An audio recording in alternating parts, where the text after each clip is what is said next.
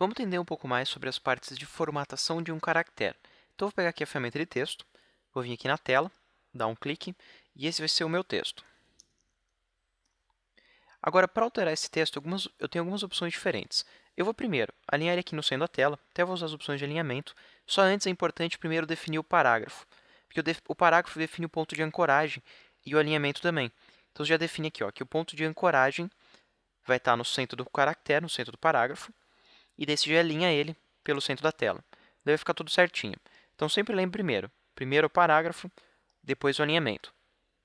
Agora que eu já alinhei ele pela tela, eu vou vir aqui e definir algumas coisas diferentes. Então, no painel parágrafo, se você não estiver visualizando ele, tem aqui um botão. Quando você pega a ferramenta de texto, você vem aqui no botãozinho, ó, ele abre e fecha os painéis. Você também pode vir manualmente na aba Window e encontrar o teu painel. Então, você vira aqui no painel Character. Mas voltando lá, vou voltar aqui para o mouse, estou com ele selecionado. E aqui do lado eu tenho primeiro a família do texto. Então, eu tenho aqui várias opções diferentes de família.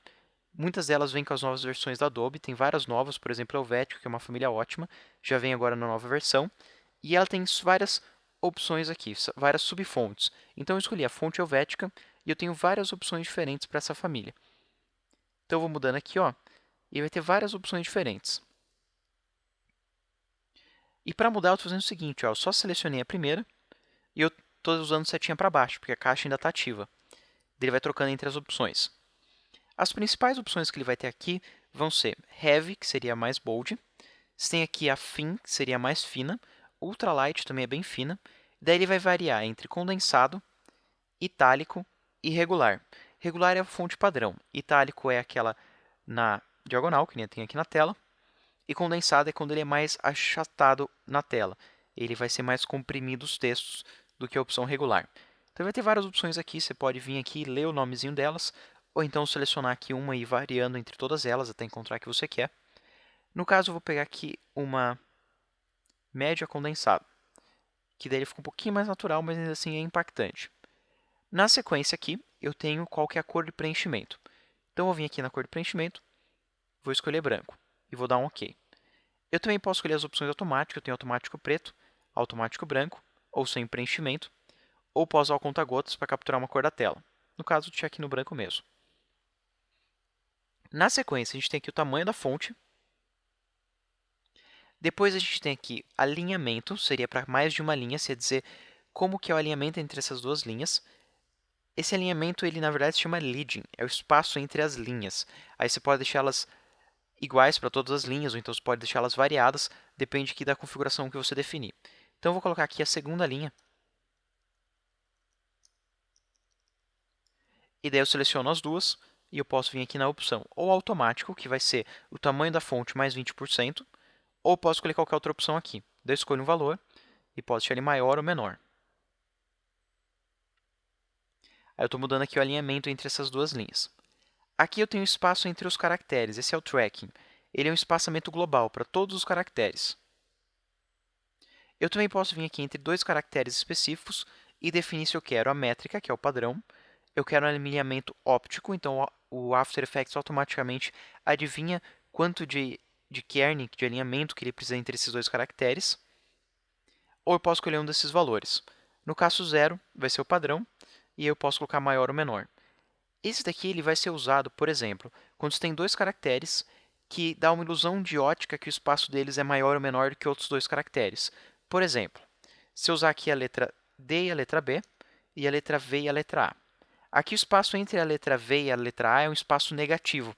Ele é um espaço negativo por causa que, visualmente, se ele fosse positivo, se ele fosse um espaço normal, ele ia parecer muito maior. Então, nesse caso aqui, você vai usar aqui um kerning negativo. Se eu deixar aqui em métrico, que é o automático, já está escolhendo aqui automaticamente um negativo. Eu vou deletar aqui esses 4 aqui e voltar aqui ao normal. Aqui embaixo eu tenho como aumentar a altura desse texto. Eu não recomendo, se você quer aqui um texto que ele seja mais comprido, você usa uma fonte mais condensada.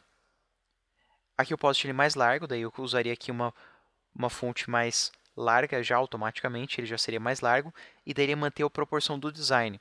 Se eu faço isso manualmente, ele perde a proporção. Eu vou ter aqui, por exemplo, na letra T, que a parte superior da letra T é mais fina do que a parte aqui vertical. Isso porque eu estou verticalmente esticando, mas eu não estou esticando horizontalmente. Eu vou voltar aqui para 100%. Aí eu tenho aqui embaixo mais duas opções. Essa aqui vai ser o alinhamento com a base. Então, entre a linha do meu caractere, a linha do parágrafo, eu posso vir aqui subir e descer. Você vai usar ele normalmente para texto de caminho, quando você quer mudar ele o alinhamento entre o caminho e o texto, ou então, quando você vai fazer o desenho de numeral. E daí você não tem isso no caractere. Você pega um caractere que não tem numeral, daí você vai diminuir o tamanho da fonte e vai subir aqui essa opção para ele ficar ali acima da linha. Eu vou deletar aqui. Aí eu tenho aqui mais uma opção, deixa eu selecionar aqui alguns caracteres. Aí nessa opção aqui eu tenho para ajustar o espaço entre eles. E aqui embaixo eu tenho mais algumas opções automáticas de selecionar todos os caracteres. Eu tenho aqui forçar bold, forçar itálico, tudo caixa alta só que como subscrito, daí ele vai usar aqui a fonte do caixa alto, mas deixar menorzinho. E daí ele tem aqui para elevar potência e número químico. Esse aqui você vai usar, mas provavelmente você vai trabalhar com alguma potência matemática, alguma coisa química. Daí você pega o número aqui e deixa ali superescrito e subscrito. Eu vou deletar esses aqui. Selecionar aqui todos os meus caracteres, desligar essa opção. E o que eu quero fazer aqui é fazer algumas variações. Só que em vez de vir aqui nas opções, eu quero usar os atalhos pela dinâmica. Normalmente, quando você estiver usando tipografia, você não vai perder muito tempo indo aqui nas configurações, vai fazer mais pela tela, porque esse aqui é um resultado visual agradável, não tanto matemático. Então, o que eu quero aqui, por exemplo, a palavra grande eu vou colocar um pouquinho maior. O atalho para deixar maior é Ctrl, no Mac seria o Command, aqui no Windows vai ser Ctrl, o Shift e o sinal de maior. O sinal de maior não é o sinal de mais, é o sinal de maior, que é o que parece uma setinha. Então, eu vou deixar aqui grande e maior. Eu posso brincar aqui com a segunda linha também. Posso deixar ela aqui maior ou menor. Se eu quiser mudar o alinhamento, eu posso usar Alt para cima e vai subindo aqui o alinhamento das linhas. Se fosse aqui entre os caracteres, seria Alt para a esquerda e Alt para a direita. Vou selecionar todos eles e vou forçar aqui caixa alta, mas vou tirar o negrito. E pronto, já defini aqui como vai ser esse meu parágrafo.